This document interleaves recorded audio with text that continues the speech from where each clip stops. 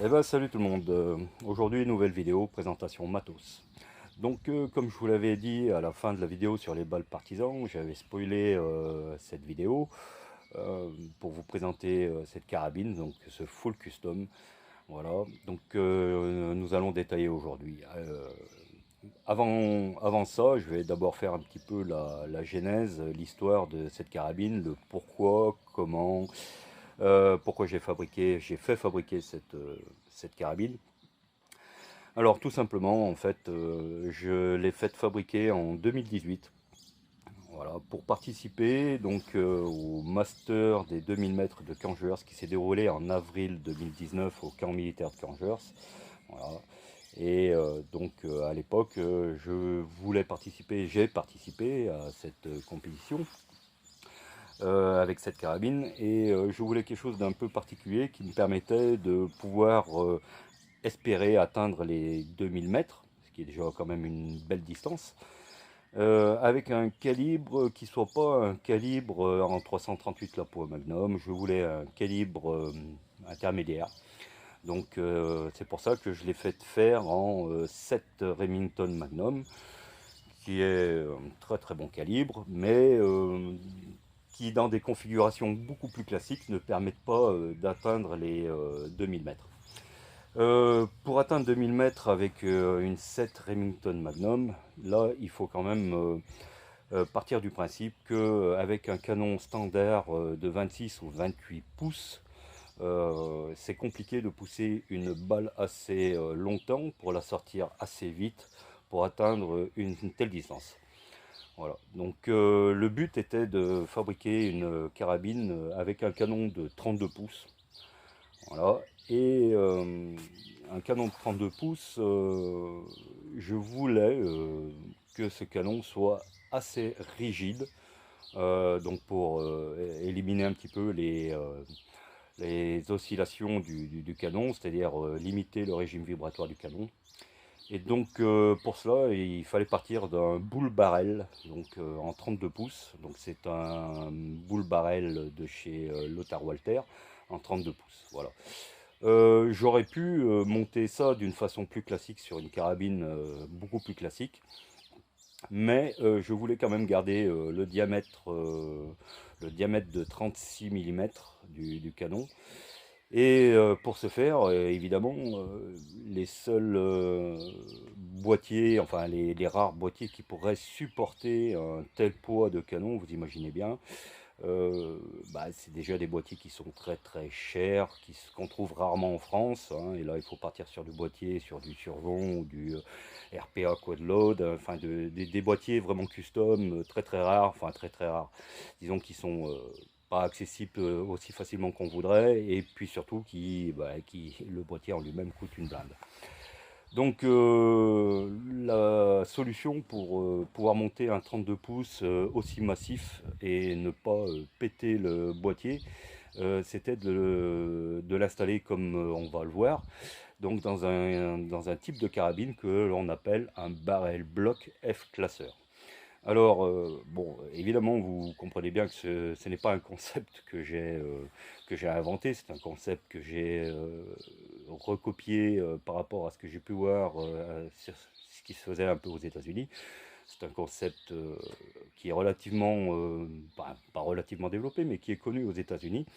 Tout à l'heure, on verra, là, je mettrai sur la tablette, je mettrai quelques sites où on retrouve ce genre de modèle de carabine, ce qu'on appelle donc barrel bloc F classeur. Voilà. Et je mettrai la page donc, qui m'a inspiré cette carabine. Voilà.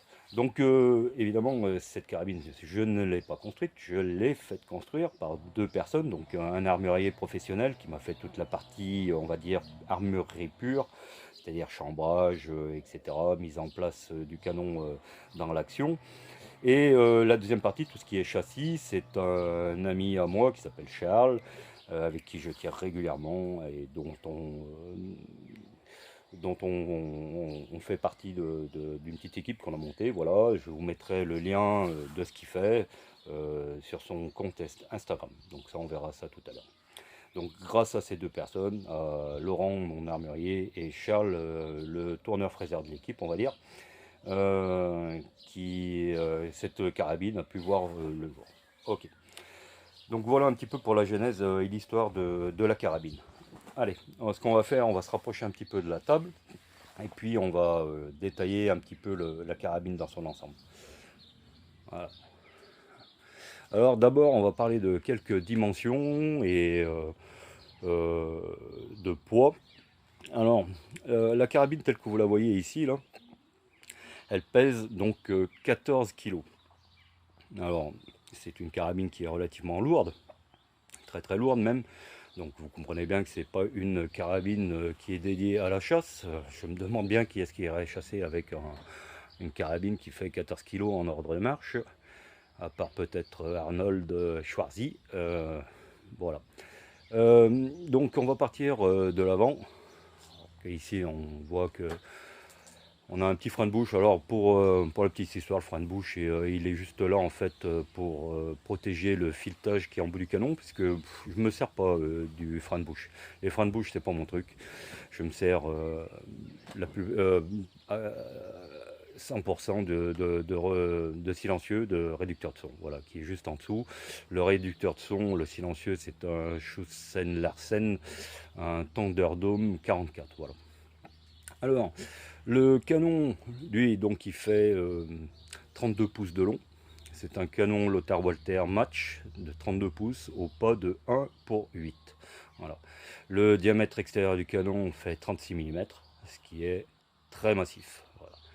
Alors, la particularité donc, de ce barrel block F-classeur, donc c'est cette pièce que l'on voit ici, voilà, et ce qu'on appelle le barrel block. Alors, c'est un bloc d'aluminium dans lequel est inséré le canon est pincé dedans, et comme vous pouvez le remarquer, vous voyez ici la petite feuille que j'ai mis, voilà, le boîtier n'est pas solidaire du châssis, voilà, tout simplement.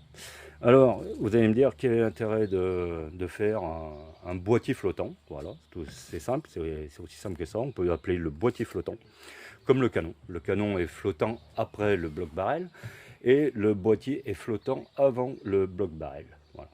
Alors, déjà, le premier des intérêts de monter une carabine comme ça, c'est de justement pouvoir avoir un canon massif, long et lourd, qui a un régime vibratoire beaucoup plus restreint qu'un canon standard de diamètre 30, on va dire, voire plus fin. Et donc de pouvoir avoir une action qui est une action vraiment standard. Alors l'action que j'ai utilisée pour monter cette carabine, c'est une action de Steven 200, qui est une Steven 200, qui est une, on va dire une sous-marque de chez Savage. Enfin sous-marque, j'aime pas le mot sous-marque, je dirais l'entrée de gamme de chez Savage, voilà, ça serait peut-être mieux que sous-marque, c'est mieux de dire ça.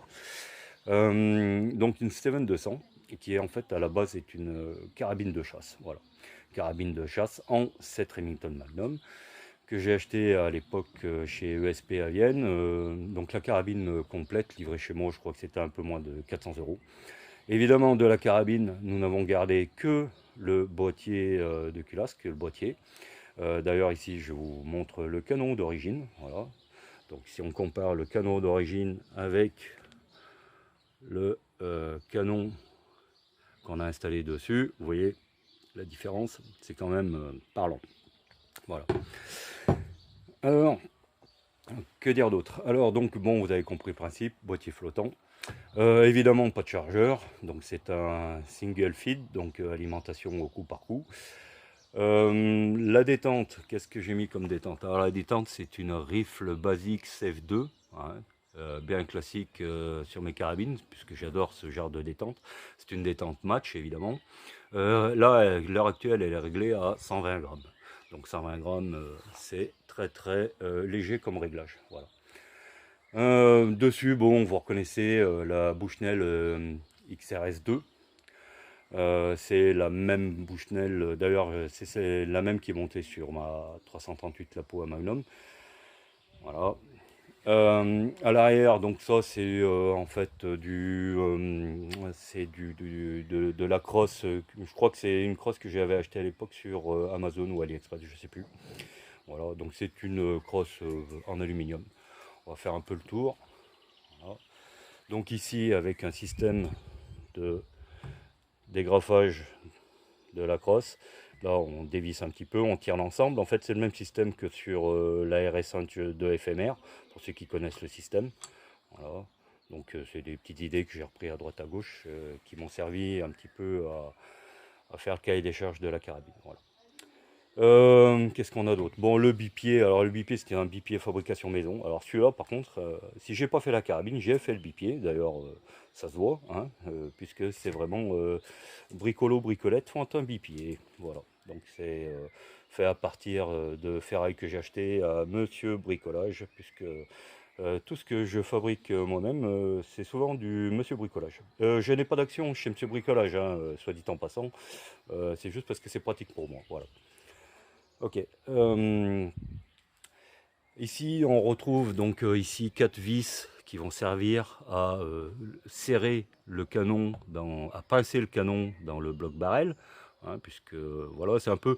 Alors, pour ceux qui connaissent FMR, ils verront la reprise du principe, hein, puisque chez FMR, lorsqu'on change de canon, le système de mise en place du canon est à peu près identique.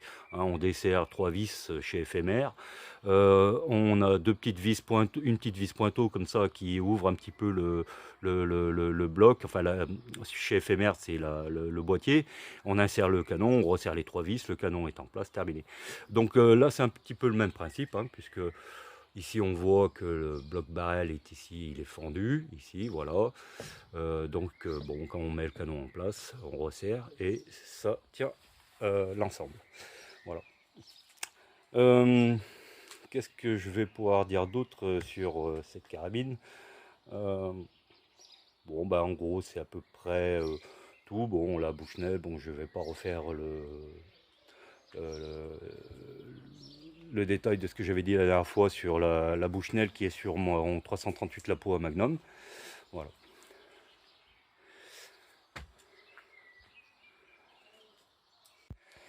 Oui, petit retour sur la Bushnell XRS2. Donc cette Bushnell XRS2 est montée donc là sur un rail EGW Alu panté à 20 mois, montée dans des colliers Buris Extreme Signature qui eux sont pantés à 40 mois, ce qui fait une pente de 60 mois au total. Alors le but était à l'époque de pouvoir atteindre 2000 mètres avec cette carabine, donc il me fallait un maximum d'élévation. Là, lorsque je fais là, elle est zérotée à 100 mètres, et donc en dessous du 0-100 mètres, il me reste 2 millirades, on va dire que je suis quasiment à fond de tourelle vers le bas, et donc forcément, il me reste, j'ai 30 millirades d'élévation au-dessus de mon 0-100 mètres. Ce qui me permettait à l'époque largement d'envisager d'atteindre les 2000 mètres. Comme on le verra tout à l'heure, lorsque je vous montrerai la table balistique sur Strelok Pro. Voilà. Euh, la petite histoire par rapport à la compétition que j'ai faite avec, c'est-à-dire les Masters des 2000 mètres en avril 2019 à Angers. La carabine avait été construite à l'époque pour faire les 2000 mètres. Les 2000 mètres, j'y ai pas été. Enfin, j'ai pas atteint les 2000 mètres. D'ailleurs, ce week-end-là, personne n'a pu atteindre les 2000 mètres. Même celui qui a gagné, c'était donc à l'époque Bruno Put, le célèbre armurier d'Armeca, qui a gagné cette époque-là, cette année-là, qui a gagné le King of Two Miles, c'est les Masters de 2000 mètres. Et personne n'a pu atteindre les 2000 mètres. Depuis, j'ai essayé sur d'autres pas de tir. C'est compliqué d'atteindre 2000 mètres avec une carabine, je vous le dis tout de suite. Euh, je sais qu'il y en a qui y arrivent, mais pour l'instant, je n'ai jamais réussi à toucher à 2000 mètres. Et c'est pas faute d'avoir essayé. Euh, le plus loin que j'ai touché sans problème, c'est jusqu'à 1600 mètres, donc 1 miles, au domaine de Raboulet, donc là, pas de problème. Mais les 400 mètres de plus à faire pour pouvoir atteindre l'objectif, ceux-là, ils sont vraiment pas évidents. Pour l'instant, j'ai fait chou blanc pour ces 2000 mètres. Dernièrement, j'ai été au Faisan Doré, à Socat, à côté de Bordeaux. Là aussi, je referai peut-être une vidéo un peu plus tard sur cette journée. Donc, c'était le 5 juin dernier. J'ai tenté aussi d'atteindre 2000 mètres, puisque là-bas, on peut tirer très très loin. Et pareil, là, 2000 mètres, pas encore touché. Donc, encore du travail. Mais bon, on verra. Peut-être qu'un jour, ça se fera. Je serais très très content si jamais un jour je peux atteindre ces fatidiques 2000 mètres qui étaient à la base l'objet de la fabrication de cette carabine. Voilà. Ok, alors on va parler un petit peu maintenant de la cartouche que j'utilise dans cette carabine, cette Barrel Block F Classer. Donc c'est une 7 mm Remington Magnum. Voilà, donc quelques éléments sur cette cartouche. Alors déjà, bon, on va partir du haut vers le bas. Donc la balle que j'utilise, c'est une balle Hornady, c'est une 180 ELD Match. La poudre que j'utilise, c'est de la N170, donc de la Vita. J'y mets 4,64 g de N170. Alors, si vous regardez un petit peu les tables de chez Vita pour des balles de 180 grains, vous verrez que je suis largement au-dessus de ce qui est préconisé par le fabricant de peau, c'est-à-dire Vita, quoi. Évidemment, cette charge n'est valable que dans mon arme. Je ne vous conseille pas de l'utiliser sans avoir fait un développement de charge en escalier, c'est évident. Euh, alors, pourquoi j'arrive à mettre 4,64 g de poudre N170 dans l'étui? C'est parce que, bon, bah déjà, comme vous le voyez, à la longueur de la cartouche finie, j'ai une longueur totale de 88,47. La cote CIP de la 7 Remington Magnum est de 83,5. Donc vous voyez que je suis largement au-dessus de la cote CIP. Ce qui fait que la balle est à 3 dixièmes de la prise de rayure. Donc voilà. Donc c'est une façon un petit peu particulière de faire du rechargement. C'est pas à faire, je le préconise pas pour un rechargeur débutant, pour faire de la cartouche un petit peu sous stéroïde. Voilà, c'est de la cartouche sous stéroïde, on va dire. Déjà, il faut commencer un petit peu à être confirmé en tant que rechargeur. Voilà. Donc, j'ai donné ces éléments, mais je le redis, ce n'est pas quelque chose à reproduire dans votre carabine. Vous mettriez donc en danger si vous n'avez pas l'habitude de faire ce type de rechargement. Voilà. Alors, dans la carabine F Barrel Block F Classer, avec le canon 32 pouces, je sors la 180 grains ELD Match à une vitesse moyenne de 895 mètres secondes. Voilà. Donc, ce qui est pas mal du tout pour une 7 Remington Magnum. Sortir une 180 grains à 895 mètres secondes, ça commence déjà un petit peu à pousser. D'où l'intérêt d'avoir une machine qui fait 14 kg, ce qui est bien pratique, ça limite quand même pas mal le recul. Donc voilà. Et je le répéterai encore une autre fois, ne reproduisez pas ce genre de cartouches si vous n'êtes pas habitué à faire des cartouches un petit peu survitaminées. Voilà. Allez, on va passer sur la tablette et puis la table balistique. Ok, donc nous voilà sur Strelok Pro, donc avec la table balistique qui correspond donc à la 7 Remington Magnum que je tire dans la carabine Barrel Block F Classer. Donc je reprends les différents éléments, hein. Bon là j'ai mis la distance de 2000 puisque c'était un peu l'objectif à atteindre. La balle, donc c'est la ELD Match 180 grains de chez Hornady. Vitesse de la balle, donc 893 mètres secondes, voilà. Et puis, bon, bah, les différents éléments, donc là, on a le coefficient balistique en G7, 0,401, bon, ça, il n'y a rien d'exceptionnel, voilà. Donc, une fois après calcul, bon, alors là, les éléments, j'ai mis vitesse du vent 0, direction du vent, bon, on s'en fout, puisque la vitesse du vent est à 0. C'est juste pour un titre indicatif pour voir, quelle élévation il me faut pour espérer atteindre les 2000 mètres. Voilà. Donc là, on voit 25,4 millirades, que j'arrive largement à atteindre, puisque comme je vous l'ai dit tout à l'heure, donc ma Bushnell, mon 0, 100 mètres, il me reste, j'ai 2 millirades en dessous de mon 0, 100 mètres et 30 millirades, enfin 29 exactement, 29 millirades au-dessus de mon 0, 100 mètres. Donc les 25,4 millirades, je les ai facilement. Ça m'évitait déjà de monter la lunette dans un montage air attack. Euh, donc ça m'évitait de faire des frais supplémentaires. Et donc dans la configuration de la carabine actuelle, donc normalement, voilà, bon, comme je vous ai dit tout à l'heure, j'ai pas encore réussi à toucher à 2000 mètres, mais tout y est pour y arriver. Voilà. Alors, on va passer donc à la table. Voilà. Donc là, on a 200 à 2000 mètres, donc on retrouve nos 25,4 milliards d'élévation. Alors, ce qui est intéressant, c'est l'arrivée, le passage en zone transsonique. Donc, configuré comme ça et avec la cartouche que je fais pour cette carabine, voilà, j'ai atteint la zone transsonique à partir de 1600 mètres, donc 1 miles. Ce qui est quand même pas mal. Ce qui est pas mal. Si je compare avec mon 338 Lapua et les balles 300 grains Lapua, euh, au niveau balistique, on est plus performant avec cette 7RM. Voilà, on est plus performant d'un point de vue balistique qu'avec le 338 Lapua Magnum. Euh, la seule grosse différence entre les deux calibres, bah, en fait, ça vient surtout du poids de la balle.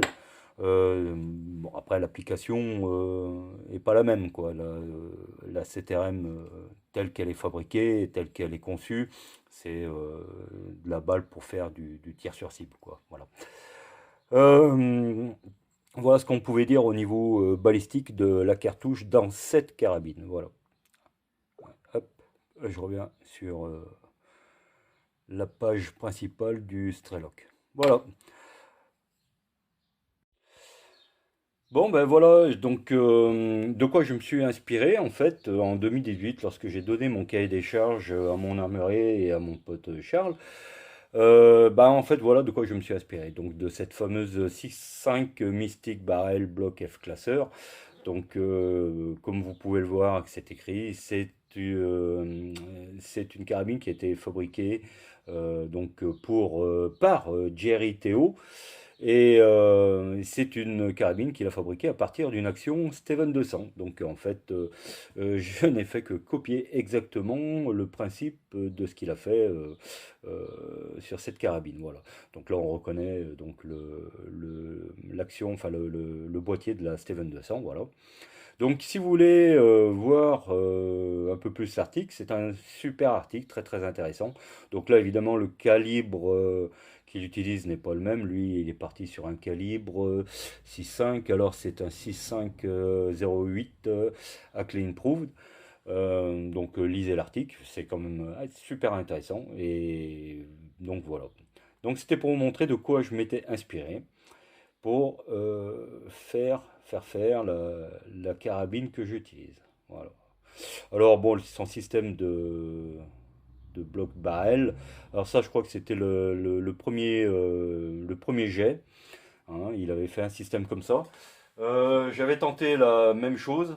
Hein, donc je vous le montre ici, voilà. J'avais tenté la même chose. Mais bof, le système comme ça, style collier, ça fonctionne pas des masses, des masses. Enfin, ça fonctionne, mais c'est pas génial. D'ailleurs, je crois que autant que l'on puisse voir. Si d'ailleurs, il a gardé ce principe-là. Moi, je préfère le deuxième bloc barrel que j'ai fait faire là par mon ami Charles.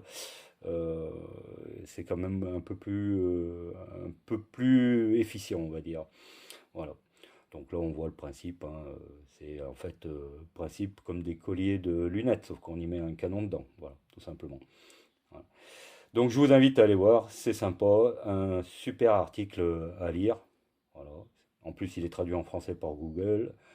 Donc là, vous avez de quoi vous faire plaisir. Voilà, allez, on va continuer et on va passer à la partie remerciement des personnes qui m'ont fabriqué cette carabine. Ok, donc la première personne, enfin il n'y a pas de première ou deuxième, la première personne que je vais remercier c'est mon ami Charles qui m'a fait toute la partie châssis, bloc barrel et compagnie.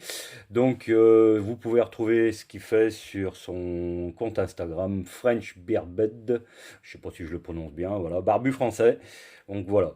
Alors je vous fais défiler un petit peu les photos, allez voir ce qu'il fait, c'est génial. C'est un mec à connaître et je suis super content de le connaître. Voilà. Merci Charles encore pour tout ce que tu as fait. Tiens, ça c'est ma gueule ça. Un autre stand, voilà. Allez, en passage. Enfin, ma gueule, vous me voyez pas quoi. Ouais, alors comme j'ai pas de compte Instagram et que j'en aurai jamais, c'est comme les comptes Facebook, voilà. Alors, voici la page de Charles sur son compte Twitter. Donc là, pareil, si vous voulez voir un petit peu ce qu'il fait ou si vous voulez discuter un petit peu avec lui par rapport à ce que vous avez vu sur son compte Instagram. Donc voilà son Twitter, French Bearded, voilà. Je le prononce pas super bien, voilà. Donc encore une fois, merci Charles pour tout ce que tu as fait pour la construction de cette carabine. Merci mon pote. Et donc la deuxième personne que je vais remercier, eh ben, forcément c'est mon armurier, donc Laurent Sicard, qui donc a son armurerie qui s'appelle Sick Arm à Puyraveau en Vendée. Donc là vous avez voilà tous les éléments, donc l'adresse, le numéro de téléphone. Donc si vous cherchez un vrai armurier donc qui sait chambrer des canons, qui sait construire des armes de A à Z, qui sait restaurer, enfin bref, un armurier quoi, voilà quoi, pas un vendeur de carabines sur internet. Voilà, ça c'est ce qu'on appelle un vrai armurier, donc vous pouvez le contacter et voir si vous avez un projet d'armes custom, un full custom. Allez-y sereinement, il connaît son affaire, c'est son métier et il fait vraiment du super boulot. Et je tiens encore à te remercier Laurent donc pour la construction de ce barrel bloc F-classeur. J'ai d'autres armes en préparation chez lui. Là, actuellement, j'ai un petit 308 en préparation. Une fois qu'il sera prêt, je ferai une petite vidéo. Enfin, une fois qu'il sera prêt, je vais d'abord le tester, développer une charge pour la carabine. Et une fois que tout sera prêt, à ce moment-là, je ferai une petite vidéo de présentation de cette carabine. Voilà. Donc, merci encore à toi, Laurent. Allez, bisous, à plus. Bon ben voilà, ça va être bientôt fin de vidéo. Alors pour le dernier petit plan de cette vidéo, je vous ai mis juste devant la barre bloc F classeur, je vous ai mis la 338 Lapo Magnum, donc la Savage 110. Euh, Juste pour vous donner un ordre d'idée par rapport au gabarit de cette carabine. Donc là, vous voyez, côte à côte, la 338, la Power Magnum, elle paraît un petit peu ridicule comparée à sa grande sœur en 7 Remington Magnum. Voilà.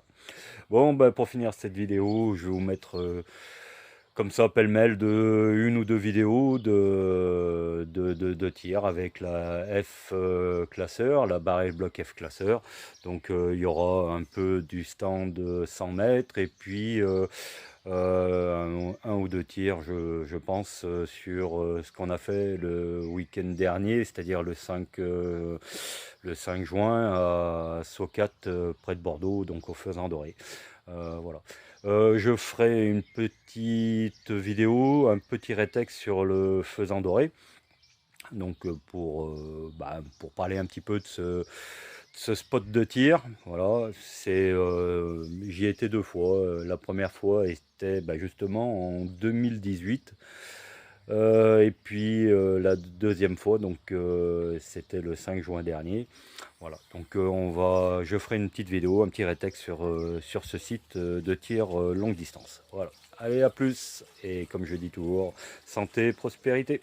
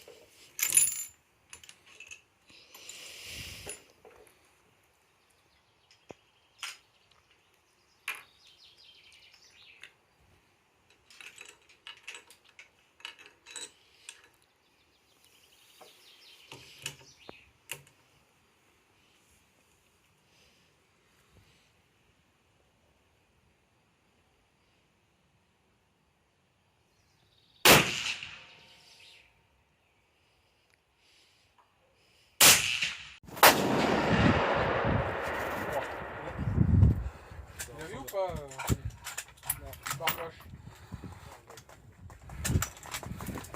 Allez, c'est parti. J'ai 300 mètres. Ah, la 600, elle se voit bien hein, là. C'est toi qui as tiré, Luc? Non. J'avais 3.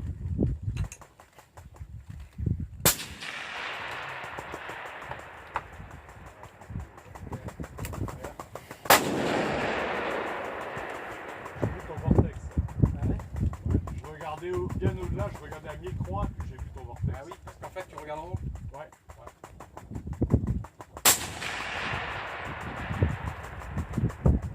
Ça peut rouler à droite. T'as 1003 hein, Pierrot. Ouais, Ça peut rouler à droite. j'ai vu.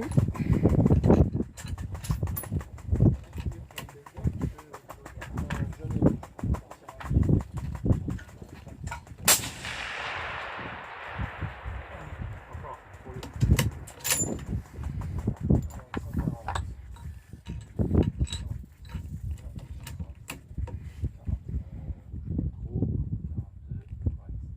T'as combien de R3 ou R3? R3. D'accord.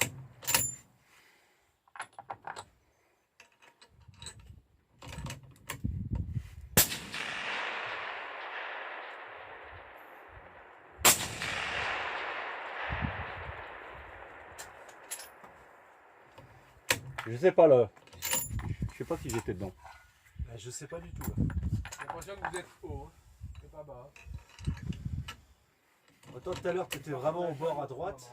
Ouais, j'ai vu là, je l'ai frôlé juste un peu à droite là. Genre vert. Ouais, bah.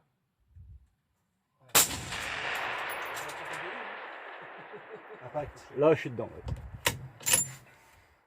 Impact.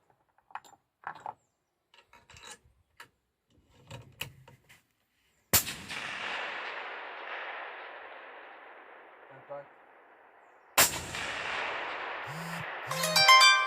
Impact. Michel, tu pourrais au moins attendre 3 secondes que j'entende mon impact. Allez, la dernière. Ah.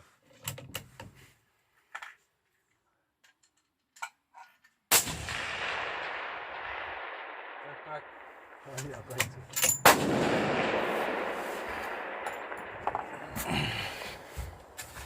Je l'ai pas vu. Faut entendre dessus, vous faites.